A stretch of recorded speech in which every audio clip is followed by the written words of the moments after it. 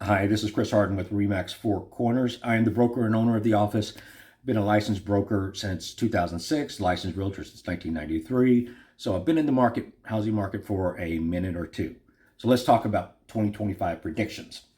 I do think 2025 is going to be a better year than 2024, which is not hard to do. This year, we are scheduled to sell the least number of homes, under 4 million homes, and that'll be the least number of homes sold in a year since 1995.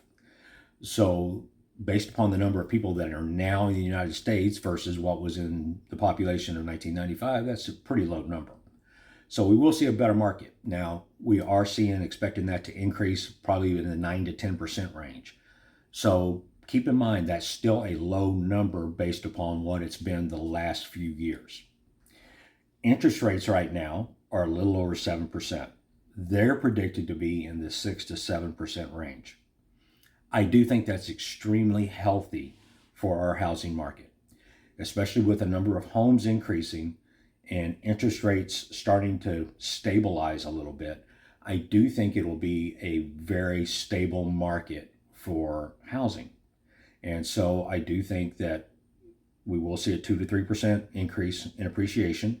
And again, that's going to vary. Now, housing market, let's keep this in mind. Your housing market is micro. It's not macro when we start talking about economics. I can go to one neighborhood versus another neighborhood, and it's going to be very different. There must be a much more demand for this neighborhood versus this neighborhood. And so the economics are extremely different. So make sure that whenever you're talking to a realtor, you're not talking about U.S. housing numbers. Talk about local housing numbers and talk about your market housing numbers. Every market's different. So 2025, I do think there'll be a healthy market. I do think it'll be 6 to 7% as far as interest rates.